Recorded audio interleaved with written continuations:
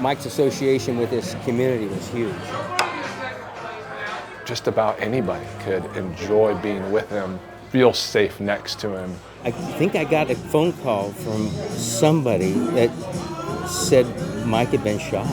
11 years was a long time ago, and they couldn't solve it. It's still the talk of the town after 11 years, but not everybody wants to talk about it. Mike's widow, Nikki, she's trying to put it behind her. But his sisters want people to remember who he truly was.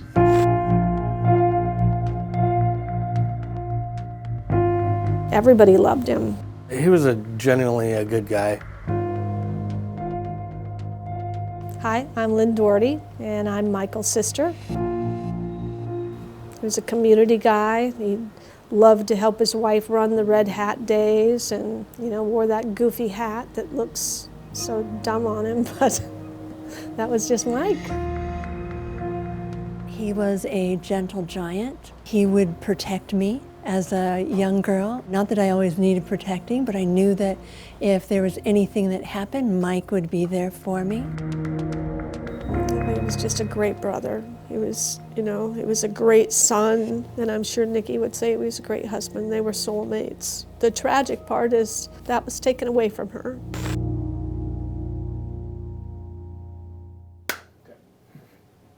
Good. I'm Detective Sergeant Brian Byerly. I'm one of the original investigators on this case.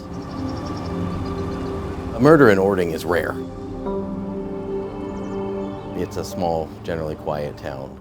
Just after 3 this morning, police found the body of the 53-year-old in his front yard. So things like this don't really happen down there. Just kind of dumbfounding. And then to think that it was my brother that was murdered is pretty devastating. The crime itself happened at 2 o'clock in the morning. Mike Compton was out. It appears that he may have startled a prowler or something in his front yard. He hears somebody in his garage and he's going to go right to his gun cabinet.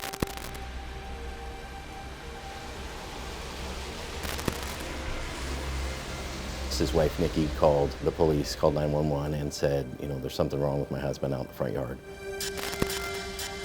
Ording PD shows up, finds Mike in his night coat in the front yard, and he's dead from a gunshot wound.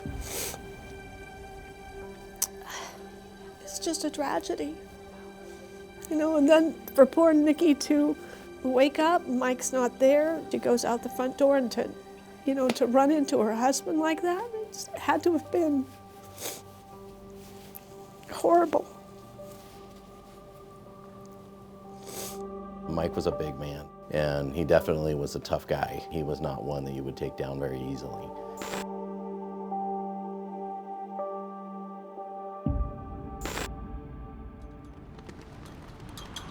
I've been spending a lot of time in Ording, drive through town, and I wonder why there isn't a sign up that says, we haven't found these people yet. I know that law enforcement is trying their best, but I think there is something to the fact that when something is unsolved, you can't put it to rest, really.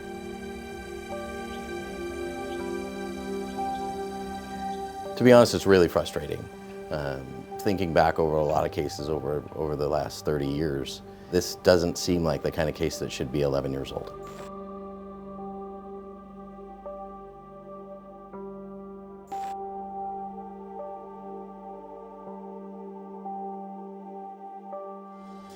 I'm at the end of my, starting to look down to the end of my career, and I don't want to leave without this thing being done.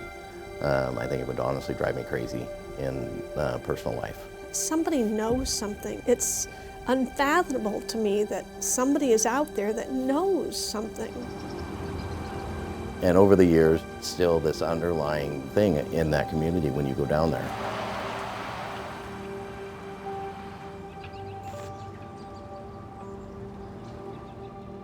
It's settled, but it's not settled. And people still talk about it. Detective Byerly is right.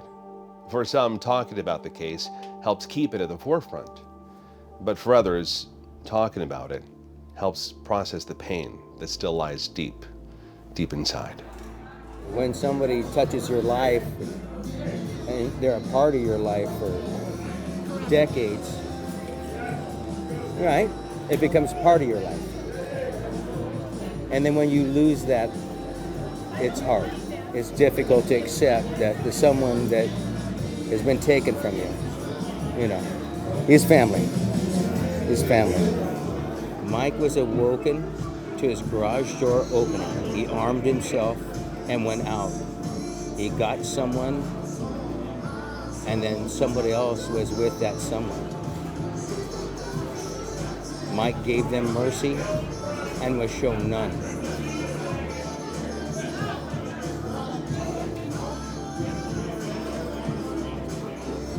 It's hard. It's hard to take.